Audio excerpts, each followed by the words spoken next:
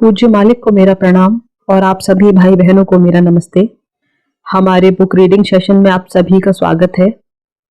जो हम book read कर रहे हैं उसका नाम है द हार्टफुलनेस वे, जिसे दाजी और जोशुआ पोलाक जी ने मिलकर लिखा है। उनके बीच में जो भी बातें हुई हैं वो उसमें दी हुई हैं। चलिए हम शुरुआत करते हैं। हमने अभी तक इसमें परिचय को पढ़ा था। परिचय में हमने जाना था कि जोशुआ पोलाक जी ने अपने अनुभव शेयर किए थे कि वो किस तरह से इस मिशन में आए थे।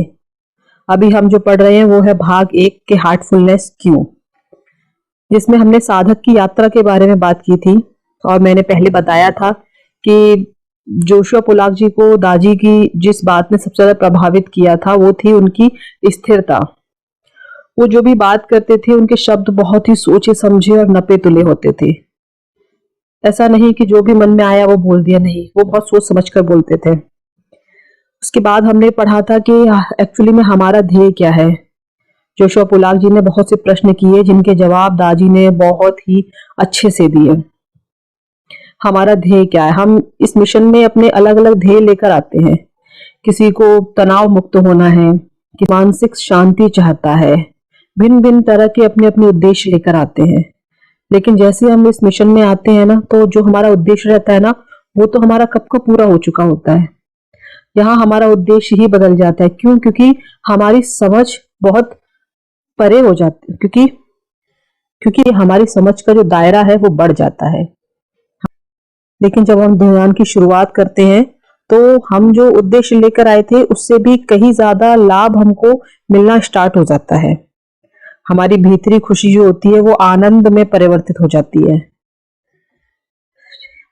इसके बाद हमने इसमें पढ़ा था कि जोशुआ पोलाक जी दादी से पूछते हैं कि ये जो ध्यान है वो एक्चुअल में करता क्या है।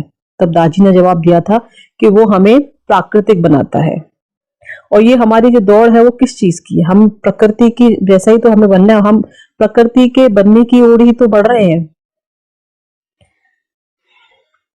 चलिए अब हम शुरुआत करते हैं। हमने लास्ट में खत्म किया था कि सिर्फ पढ़ लेने से कोई भी ज्ञान हमें नहीं आ जाता, जिसमें दादी ने एक बहुत अच्छा एग्जाम्पल दिया था कि किताबों में दब के मर गए कीड़े किताब के, पाई न किसी ने फजीलत की सनद। फजीलत मतलब श्रेष्ठता और सनद मतलब सर्टिफिकेट, प्रमाण पत्र। अगर किताब पढ़ने से या अगर किताब पढ़ने से बहुत ज्यादा श्रेष्ठता आ जाती तो फिर जो किताब में कीड़े रहते हैं वो तो बहुत ज्यादा ज्ञानी हो गए होते। ऐसा नहीं है। हम ये जो पढ़ रहे हैं या हम जो सुनते हैं ना, हमें उसको अपने जीवन में उतारना होगा, उसे अमल में लाना होगा, उसे प्रभाव में लाना होगा, तब जाके वो चीजें कार्य करती हैं। सिर्फ पढ़ लेने से या ज्ञान की बातें सुन लेने से कुछ नहीं होता है। हमें उसको क्रियान्वित करना होगा। चलिए, कीड़ों ने हजारों किताबें खा ली लेकिन उन्हें उस ज्ञान का कोई भी प्रमाण पत्र नहीं मिला। ऐसा होता है एक किताबी कीड़ा।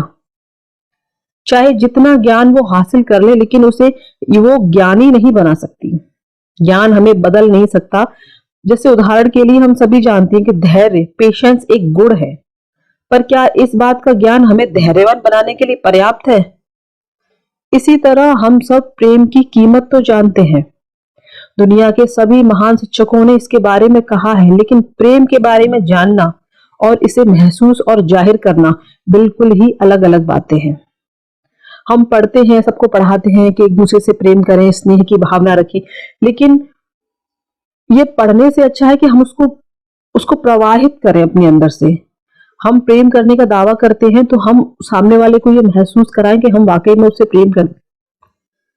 हम सामने वाले को ये महसूस कराएं कि हाँ, हमारे अंदर प्रेम है। और देखो, महसूस करना और इसको जाहिर करना बिल्कुल ही अलग अलग बातें हैं। इससे हम क्या सीखते हैं? अगर अकेली शिक्षा ही काफी होती तो अभी तक तो हम सब बदल चुके होते। आखिरकार बहुत सी महान विभूतियां हमसे पहले आई और अपने पीछे महान शिक्षाएं छोड़ गई। फिर भी आज भी दुनिया वैसी की वैसी ही है। इसीलिए बड़ी बड़ी शिक्षाएं और बड़े बड़े ज्ञान पर्याप्त नहीं है। देखो, कितने लोग आए, कितने महान लोग आए, उन्होंने अच्छे अच्छे काम किए, उन्होंने ज्ञान की किताबें लिखी और वो चले गए। क्या सिर्फ ज्ञान की किताबें पढ़ लेने से आदमी सच्चा हो गया, साफ हो गया? नहीं हुआ। वो पढ़ने की पहली बात तो उसने पढ़ी ही नहीं है, और पढ़ भी ली है तब भी वो एज इट इज है, दुनिया एज इट इज है, दुनिया वही की वही है। क्यों? क्योंकि वो प्रभाव में नहीं लाया उन चीजों को। उदाहरण के लिए हो सकता है कि आप ईश्वर की सर्वव्यापकता में विश्वास रखते हो, लेकिन क्या उसकी सतत उपस्थिति भी आप अपने जीवन में महसूस करते हैं? अगर नहीं, तो यह विश्वास आपकी मदद कैसे करेगा? यह आपको सुकून तो दे सकता है, किंतु विश्वास के बल पर अर्जित सुकून इसके पीछे की हकीकत के अनुभव का स्थान नहीं ले सकता। उसी वक्त कमरे में कोई दाखिल हुआ और उसने हमें भोजन के लिए कहा। ये जो वार्ताएं हैं ये दाजी और जोशुआ पुलाक जी के बीच में चल रही हैं, जो प्रश्न उत्तर हो रहे हैं। दाजी ने कहा, चलिए आइए खाना खाते हैं। हम मेज पर बैठ गए, लेकिन देखा कि भोजन तो अभी तैयार ही नहीं था। जाहिर है कोई गलतफहमी हुई होगी। दाजी हंसे और बोले, देखिए यही मैं कह रहा था कि केवल भोजन के वादे से आप किसी भी व्यक्ति की भूख नहीं मिटा सकते, और ना ही मात्र विश्वास से आप एक तड़पते दिल की प्यास बुझा सकते हैं। कुछ देर के बाद भोजन को परोसा गया। हमने खामोशी से भोजन किया। फिर दाजी बोले कि ध्यान से हम अपने भीतर प्रवेश करते हैं और किसी उच्चतर चीज से जुड़ पाते हैं। इसलिए हम चाहे कहीं पर भी हो, हम इसे पा सकते हैं। हमें कहीं पे कोई तीर्थ यात्रा करने की आवश्यकता नहीं है, और ना ही अपनी पोशाक, अपनी आदत या अपना नाम बदलने की जरूरत है। हमें सिर्फ और सिर्फ अपनी आंखें बंद करनी है और खामोशी के साथ ध्यान में बैठने के अतिरिक्त हमें कुछ भी करने की जरूरत नहीं है। इस प्रकार हम व्यवहारिक आध्यात्मिक अनुभव को प्राप्त कर सकते हैं। हमें अपने अंदर कुछ चेंज करने की जरूरत नहीं है। ये ढोंग धतूरे करने की जरूरत नहीं है कि कोई चोला पहन लो या बहुत तीर्थ यात्रा पर चले जाओ। शुरुआत में जो मैं हमेशा कहती हूँ, जब ईश्वर सरल है तो उसका मार्ग भी सरल और सहज ही है। कोई कठिन जप तप नहीं करने हैं। अनुभव जो है वही आध्यात्मिकता और धर्म में अंतर बताता है। आप हर चीज को अनुभव कीजिए। बिना अनुभव के तो विश्वास खोखला ही है। जब तक आप उस चीज को महसूस नहीं करेंगे, तब तक आप किसी भी चीज पर विश्वास कैसे कर सकते हैं? ये बहुत ही जो बात है ये बहुत ही सूक्ष्म चीज है। सांसारिक जीवन में तो अधिकतर लोग ये समझते हैं। उदाहरण के लिए, जैसे विज्ञान के विषय के दो भाग होते हैं, लेक्चरर और लैब। हमने पहले बात की थी थ्योरेटिकल और लैब में जो काम, थ्योरेटिकल और प्रैक्टिकल। लेक्चर जो रहता है वो आप सिद्धांतों को समझ तो सकते हैं, लेकिन अगर उनको आपने घटित होता हुआ प्रयोगशाला में देखते हैं तो आप उनसे व्यवहारिक रूप से परिचित हो जाते हैं। कहीं और से ग्रहण किए गए आपके ज्ञान को साक्षात अनुभव का समर्थन मिल जाता है। हमने कोई प्रयोग है, हमने उसको पढ़ लिया सिर्फ किताब में, तो हमें पता, तो उसकी समझ हमें हो जाएगी। लेकिन वही प्रयोग अगर हमने लैब में किया तो अब हम उसका जवाब जो है ना वो सटीक दे सकते हैं, और हम सामने वाले को भी समझा सकते हैं। क्यों? क्योंकि हमने उसको प्रयोग किया है।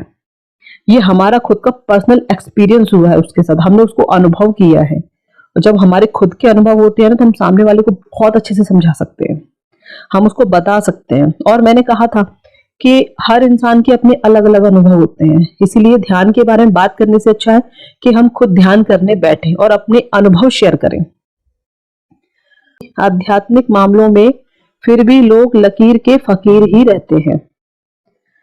हाथों हाथ दिए गए ज्ञान से वे असहज महसूस करते हैं और कहीं और की शिक्षाओं पर भरोसा करते हैं।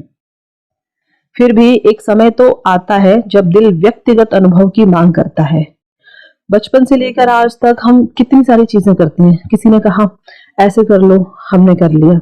ऐसे पूजा पाठ कर लो, हमने वो भी किया। क्यों? क्योंकि हमारे अंदर तड़प रहती है, हम करना चाहते हैं, बस हमें वो जरिया नहीं मिलता, हमें वो मार्ग नहीं मिलता अच्छे से।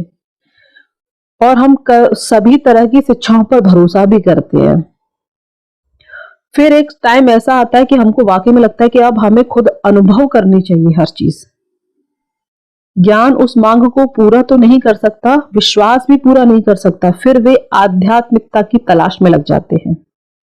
कृपया इसे धार्मिक विश्वास की आलोचना न समझें। धर्म एक बुनियाद है, लेकिन जरा बताएं तो कि बुनियाद कहते किसे हैं, जिसके ऊपर निर्माण करना होता है। कोई धार्मिक शिक्षा सच हो सकती है, लेकिन आपके लिए इसका तब तक कोई मतलब नहीं जब तक कि आप उस सच्चाई को स्वयं महसूस न कर लें। किसी शिक्षा का सच होना ही काफी नहीं है, सच तो ये आपके लिए होनी चाहिए। किसी धर्म के विरुद्ध नहीं है, किसी भी चीज के विरुद्ध नहीं है। हम इसमें सिर्फ आध्यात्मिकता में या हम हम इस आध्यात्मिकता में सिर्फ बात करते हैं हमारे अपने अनुभव की। दाजी हमेशा कहते हैं कि आप पहले ध्यान कीजिए, आप खुद इस चीज को पहले अनुभव कीजिए, उसके बाद बात करते हैं।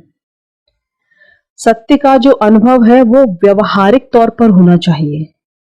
ध्यान ही उसका साधन है। जब हम शांत होते हैं, हमने पहले पढ़ा था परिचय में कि जब हमारा दिल शांत होता है, हृदय शांत होता है, तो हमारे जो फैसले रहते हैं ना वो भी बड़े सुलझे हुए होते हैं। शांत जो हृदय रहता है ना वो बहुत ही गहरी सोच को डेवलप करता है। जब हमारे पास व्यवहारिक अनुभव नहीं होते हैं तो विभिन्न धर्म प्रायः अलग अलग भाषाएं बोलते प्रतीत होते हैं। फिर हमें केवल ईसाई, बौद्ध, हिंदू, मुस्लिम और अन्य यही दिखाई देते हैं। हो सकता है कि इनके बीच का अंतर दूर करने के प्रयास में हम हर धर्म को जानने का प्रयत्न करें, और फिर ये भी हो सकता है कि उनका ज्ञान जो है वो उनका ज्ञान जो होने पर वे एक दूसरे से और भी ज्यादा अलग दिखाई देने लगे। हम देखते हैं कि किस प्रकार ईसाई स्वर्ग का साम्राज्य तलाशते हैं, बौद्ध जो है वो निर्वाण के लिए प्रयत्न करते हैं, और हिंदू मोक्ष और अहम ब्रह्मास्मि के पीछे लगे रहते हैं, और सूफी फना ए फना और वका ए वका के लिए प्रयत्न करते हैं। हमारे मन में आता है कि ये तो पक्का हो गया कि वे सब एक ही सत्य को नहीं मानते, कोई एक अगर सही होगा तो बाकी के सब गलत होंगे। किसी धर्म के विरुद्ध ये उन्होंने स्टेटमेंट नहीं दिया है। उनका कहना यही है कि आप ये जो है ये सबके अपने व्यवहारिक जो अनुभव रहते हैं वो एक जैसे नहीं होते, अलग अलग होते हैं, इसीलिए सबकी भाषाएं जो होती हैं वो भी अलग अलग होती हैं। हमारे मन में हम अक्सर बहस करने लगते हैं और हम झगड़ते हैं कि कौन सा ईश्वर सच्चा है, कौन सा सच्चा नहीं है। हम झगड़ते हैं कि कौन सा दर्शन सच्चा है। हम संस्थापकों की वैधता पर भी बहस करने लगते हैं। कुछ लोग तंग आकर नास्तिक बन जाते हैं, ना तो ये सही ना वो सही। वे सोचते हैं कि ये सभी धर्म ही गलत होंगे।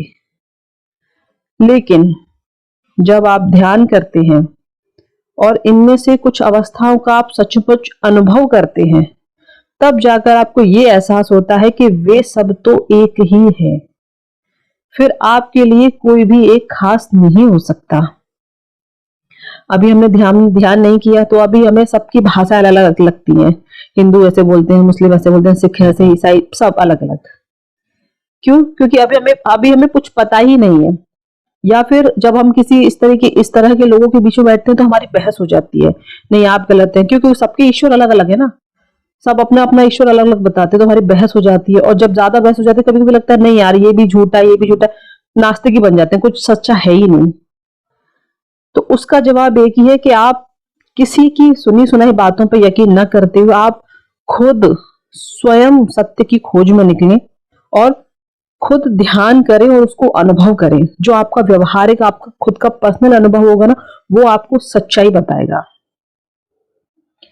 आप जो कुछ अवस्थाएं होती हैं वो सचमुच अनुभव करते हैं, तब जाके आपको ये एहसास होता है कि वो सब एक ही है, कोई अलग से नहीं है। और आप ये दावा नहीं कर सकते कि केवल आपकी ही परंपरा ठीक है, उल्टे आप ही सभी की मान्यताओं को स्वीकार करने लगते हैं।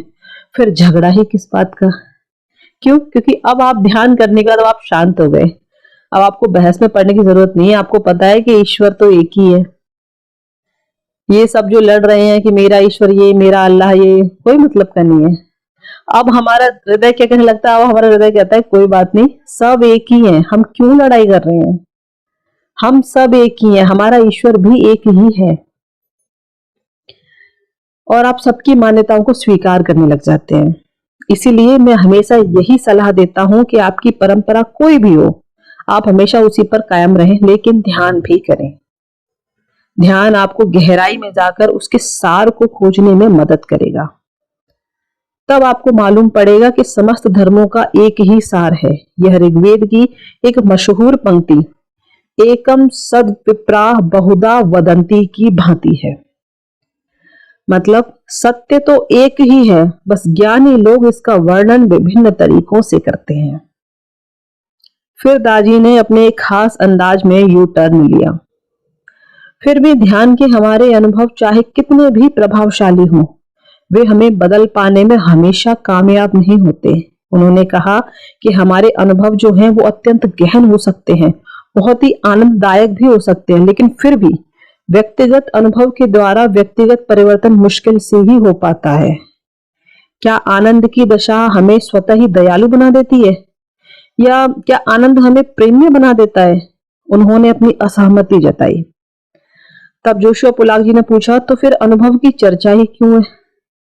तो दाजी कहते हैं, एक गधे को जब आप चलाना चाहते हैं तो उसे कुछ हरी घास दिखानी पड़ती है। दाजी मुस्कुराते हुए बोले। उसके बाद जोशुआ पुलाक जी ने पूछा कि ये तो फिर एक प्रोत्साहन की बात हुई। दाजी कहते हैं, अगर ध्यान में हमें बेहतरीन अनुभव न हो तो मेरा ख्याल है कि फिर शायद ही कोई ध्यान करे। ध्यान जो है वो हमारा परिवर्तन करता है, किंतु ध्यान करते रहने के लिए हमारे पास कोई कारण तो होना चाहिए। गधे के पास हरी घास तो होनी चाहिए। मैंने कहा, लेकिन मेरा मानना है कि हमारे जो अनुभव हैं वो ध्यान करते रहने के लिए हमारे प्रोत्साहन से भी ज्यादा काम के हैं। वे हमें कुछ सिखाते भी हैं। हाँ, दाजी का जवाब था, हाँ, लेकिन इसका ये मतलब भी नहीं है कि हम उसे सीखते हैं। पर ध्यान से हम बदलते जरूर हैं। ध्यान का जो अभ्यास है वो हमारे अस्तित्व के गहरे स्तर पर कार्य करता है, बहुत डीपली कार्य करता है। जबकि ज्ञान और अनुभव केवल सचेतन स्तर पर कार्य करते हैं, मतलब ऊपरी तौर पर, जो कि पर्याप्त नहीं है। वही वाली चीज है, हम ध्यान के बारे में बातें कर रहे हैं तो ये हमारा ऊपरी ज्ञान है, हमें पता है कि ध्यान कैसे करते हैं, ध्यान क्या है, ध्यान बहुत अच्छा है, लेकिन ये जो कार्य करेगा वो कैसे करेगा? ऊपरी तौर पर कार्य करेगा। और जब हम ध्यान करते हैं ना, तब जाकर ये हमारे अस्तित्व के गहरे स्तर पर कार्य करता है। हमारे विचार, हमारा रवैया, भावना और आदतों की जो जड़ें रहती हैं वो अवचेतन के असीम विस्तार में फैली हुई हैं। इससे भी ज्यादा ये कि हमारे सुषुप्त विचार हमारे उन विचारों से भी अधिक शक्तिशाली होते हैं जिनका उपयोग हम सचेतन स्तर पर करते हैं।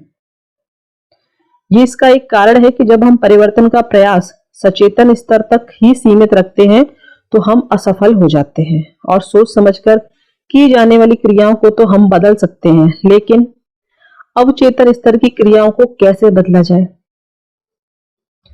क्या हम उस चीज को बदल सकते हैं जिसके प्रति हम शायद ही जागरूक हों, जिसके बारे में हमें पता ही नहीं है? क्या हम उसे बदल सकते हैं? नहीं बदल सकते। यही हमारी सबसे बड़ी बाधा होती है। जब हम अपने जीवन में एक अर्थपूर्ण परिवर्तन लाने की कोशिश करते हैं, तब एक सच्चा परिवर्तन लाने वाले कारक को केवल ऊपरी स्तर पर ही कार्य नहीं करना चाहिए, बल्कि हमारे अस्तित्व के हर एक स्तर पर उसे कारगर होना चाहिए, उसे संपूर्ण होना चाहिए। हम कोई नई चीज देखते हैं तो हमें ऊपरी तौर पर वो जो काम हमारे लिए कर रही है, वो जो पद्धति है, वो जो चीज है, वो सिर्फ ऊपरी तौर पर कार्य ना करें, वो हमारे, कहते हैं ना, बिल्कुल कोने कोने से झाड़ू लगाए, अंदर तक, हमारे बिल्कुल अस्तित्व के गहनतम में जाना चाहिए उसको। और ध्यान का सही अभ्यास हमारे प्रयासों के इस अंतर को भर देता है।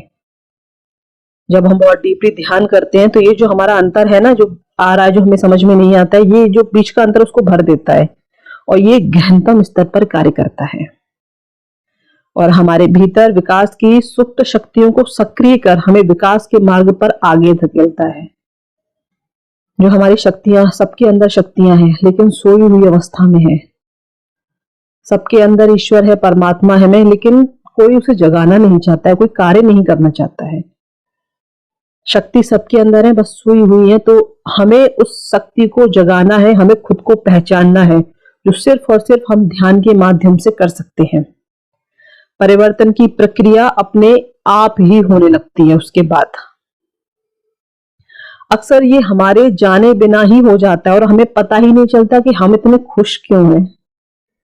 हम जान ही नहीं पाते कि हम इतने हल्के क्यों हो गए हैं। हमारा परिवार, हमारे दोस्त, सहयोगी ये सब देखते हैं और वास्तव में अब उनकी जिंदगी में हमारी उपस्थिति भी एक परिवर्तनकारी क्षण बन जाती है।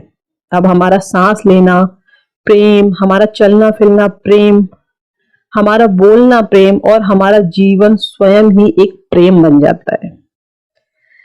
तो हम बात कर रहे थे कि किस तरह से ज्ञान और अनुभव दोनों हमें निराश करते हैं, लेकिन उसमें ध्यान का जो व्यवहारिक तत्व है उसे जोड़ देने से वे अत्यंत ही उपयोगी बन जाते हैं। चलिए आज के लिए सिर्फ इतना ही, क्योंकि फिर बहुत ज्यादा हो जाता है। बाकी का बस इसमें एक लेक्चर और रह गया है जिसे हम अगले लेक्चर में कवर करेंगे। हम बहुत धीरे धीरे पढ़ रहे हैं क्योंकि बहुत फिर जल्दी जल्दी हो जाता है ना, तो फिर आप लोगों को परेशानी होती है। आप कहते हैं कि जो बहुत ज्यादा बड़े हो गए हैं, तो हम छोटा छोटा उतना ही स्वीट स्वीट पढ़ेंगे। ठीक है, अभी तक हमने बहुत अच्छे से पढ़ा कि ये जो हमारा अनुभव है, ये हमारे रवैये में, हमारे व्यवहार में हमें दिखना चाहिए। हमारा ध्यान जो हमें शांत बनाता है वो हमें हमारे व्यवहार में लाना है। चलिए अब हम फिर मिलते हैं अपने नए लेक्चर के साथ। तब तक के लिए मुझे ऐसे ही सपोर्ट कीजिए। इस सत्र में शामिल होने के लिए आप सभी का बहुत बहुत धन्यवाद।